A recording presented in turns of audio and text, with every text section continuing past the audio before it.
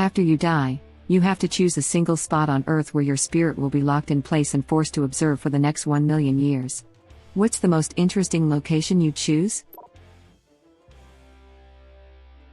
Oxford University. It would be a bit like haunting Hogwarts.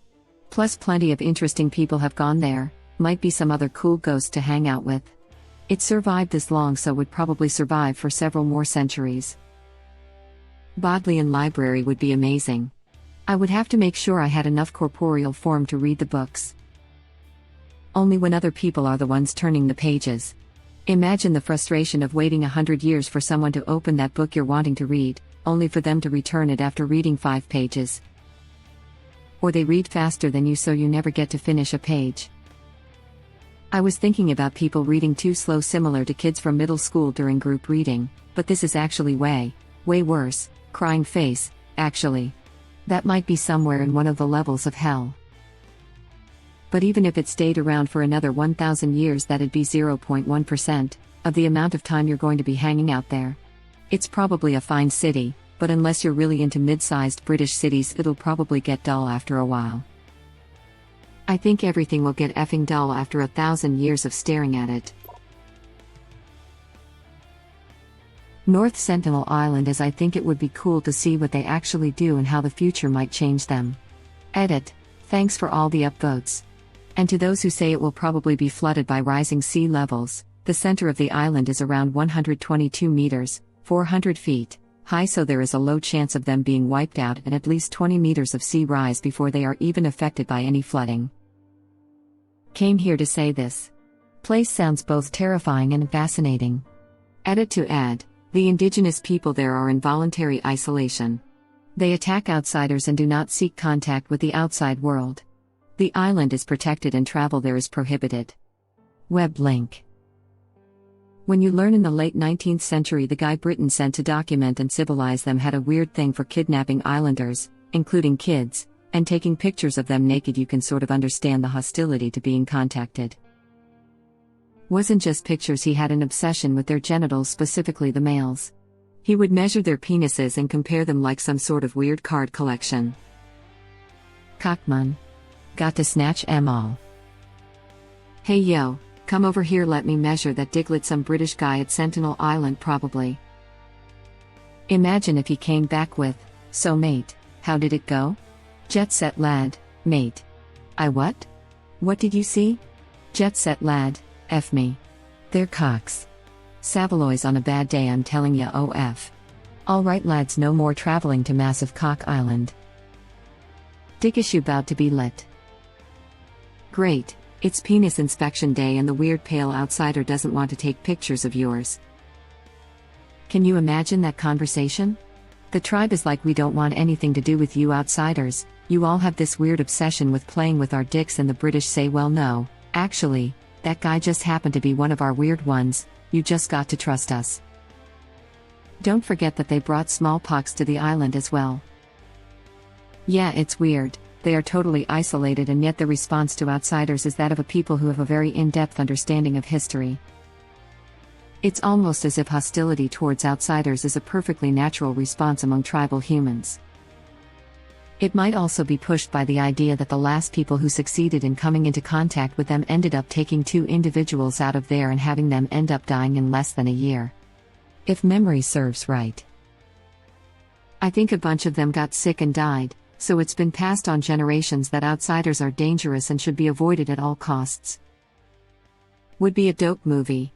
Instead of some post-apocalyptic shelter city, it's this hunter-gatherer tribe that knows to avoid the strange-looking plague walkers when they show up. There was an incident where a ship's crew were stranded on the edge of the island and had to request firearms be dropped off as they were fending off attacks by the Sentinelese. Imagine washing up on an island with no real weapons and fighting for your life, and you may not know why you're being attacked. I'd love to see a movie about that event from the POV of the Sentinelese and of a sailor or someone who has no idea what island they washed up on, but maybe the other sailors do. Yeah, they live in a reserved zone like the Great Andamanese tribe. The Indian government doesn't allow you to go there. The islanders have way more reason to be terrified of us than we do of them. Contact with modern diseases could easily kill almost every single person on that island. Anyone who tries to reach those people is being selfish, and recklessly endangering an entire culture that is one of the last of its kind on the planet.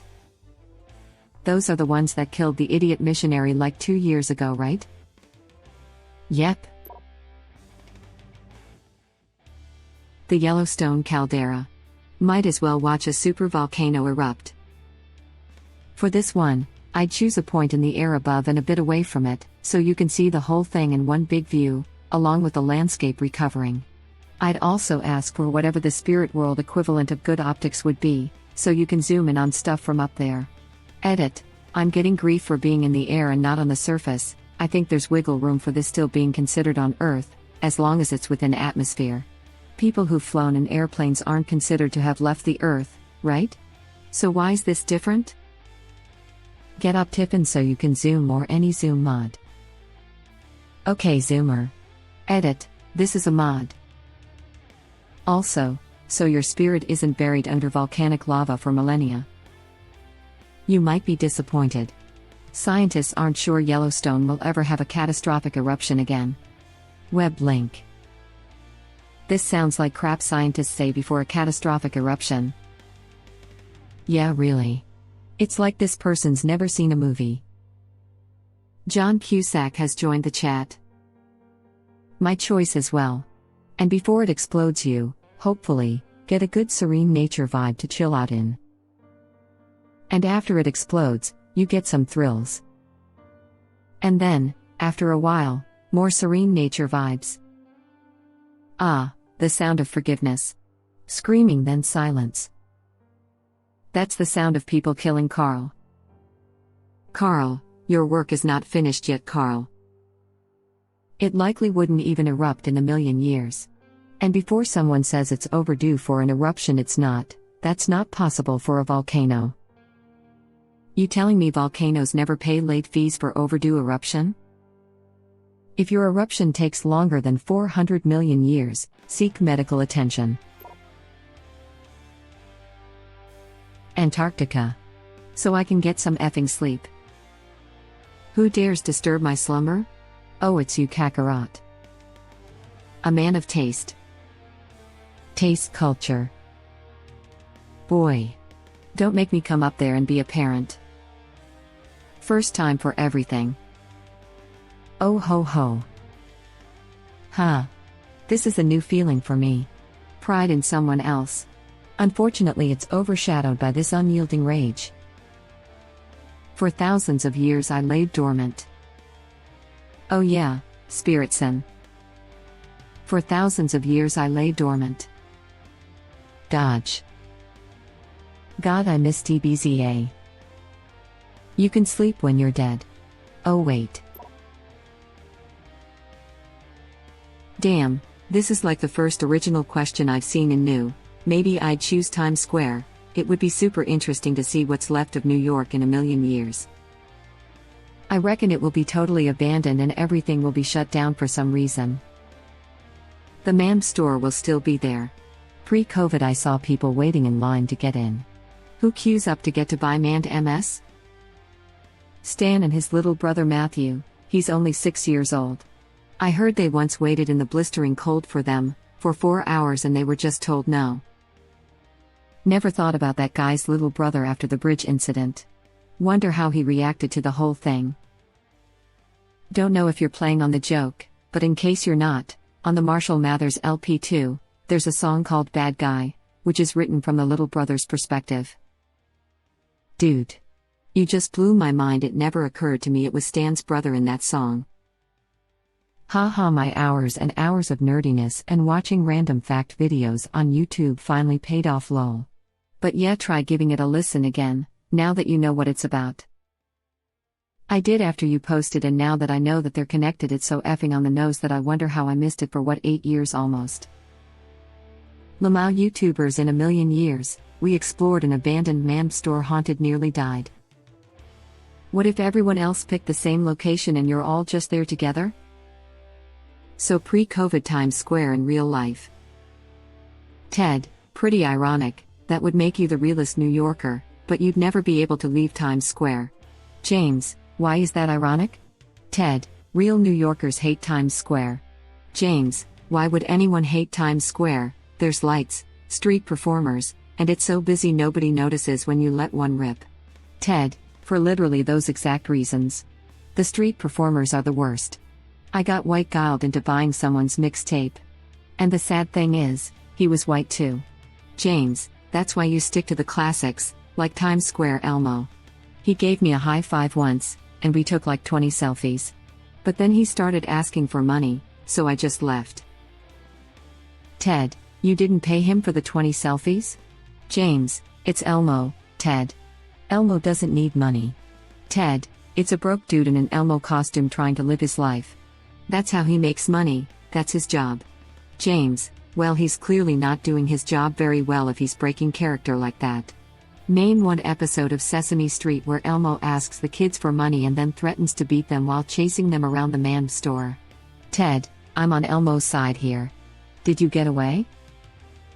James, of course, there's a reason I took pictures with Elmo and not Deadpool. Ted, see, even the street performers, who were the only real New Yorkers there, hate Times Square because they get dicked around like that. James, not all the street performers hate it. What about the naked ladies? Ted, the naked ladies probably hate it the most. You think they like being ogled by a bunch of tourists? James, well, it's not just the tourists. I saw Elmo slap one of their asses. Ted, and you think they like that? James, Elmo is an American institution, Ted. You'd be lucky to earn an Elmo ass slap. Besides, I took a bunch of selfies with them too. You could tell they were having a good time.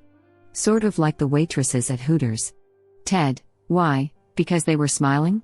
James, no, because their boobs were especially perky. Ted, that is not a sign of happiness. If anything, that means it was cold out and they were even more miserable. James, well, I liked it. Ted, right, but that's not the question. James, I liked the boobies, Ted. Ted, I'm not disputing that. So did you tip them at least? James, they're the last ones I'd tip. What are they going to do, chase me? They weren't wearing sports bras. Ted, James, that's just awful. James, besides, the man's store has a strict no nudity policy, so they wouldn't be able to get in. I actually learned that the hard way too, Ted. All right, I've heard enough. I'm not a real New Yorker and now I hate Times Square. I'll spend eternity in New Jersey. Ted, real New Yorkers hate Times Square. James, why would anyone hate Times Square? There's lights, street performers, and it's always so busy. Ted, for literally those exact reasons. Grand Selfie Station, I call it. All you could see is billboards around you. Choosing somewhere so close to sea level could be a major mistake. Unless you always wanted to experience the sea without diving equipment. Gas station bathroom. Scary spirits in gas station bathrooms are already the reason people piss on the floor and run away. Don't contribute to the effing problem. Gas station women's bathroom. It's the same bathroom. Username checks out. You just want an excuse to see what Seabass gets up to. Area 51. Good choice. Knowing my luck, they'd pack it up and move it somewhere else after the first 2 days. Ghost detector goes off. Guys, pack it up, we're leaving. International Space Station. You know they're planning to retire it in a few decades, right? An abandoned space station, you say? Perfect. Retiring it means they are going to let it come off the orbit and burn up in the atmosphere, and what is left crashes into the oceans. Then getting to chill in space for a few decades as a ghost and getting to experience that space station burn up in the atmosphere, then living in an aquatic-themed abandoned space station with little fish buds and Ariel might visit sometimes. This just keeps getting better and better. Side note, I didn't actually know that before, so thanks for not shaming me and educating me instead of calling me uneducated. Sharing is caring, heart. Just to contribute to the discussion, I see 2 potential problems. Only potential. I don't know enough to confidently state if this would or would not happen. 1. I'm not sure how much of the ISS will survive re-entry, if any. Nor am I sure how this theoretical situation would respond to your chosen location being distributed across hundreds of miles of terrain or simply incinerated. 2. If it lands relatively intact in the ocean, you may end up too deep to see. Ever. Might be cool to watch the occasional bioluminescent swim by though. But otherwise, complete darkness. Chances are most of it will burn up. The entire idea is for it all to burn up, reduce debris in space and not have random fragments of metal falling from the sky. Last thing anyone needs is the entire thing making it through re-entry and slamming into the planet. Thank you for watching. Please subscribe to be the first to know about Red Rabbit Reader's new videos. If you like our videos, please like them on YouTube and share them with your friends. We welcome your comments below. Press to start another of our videos.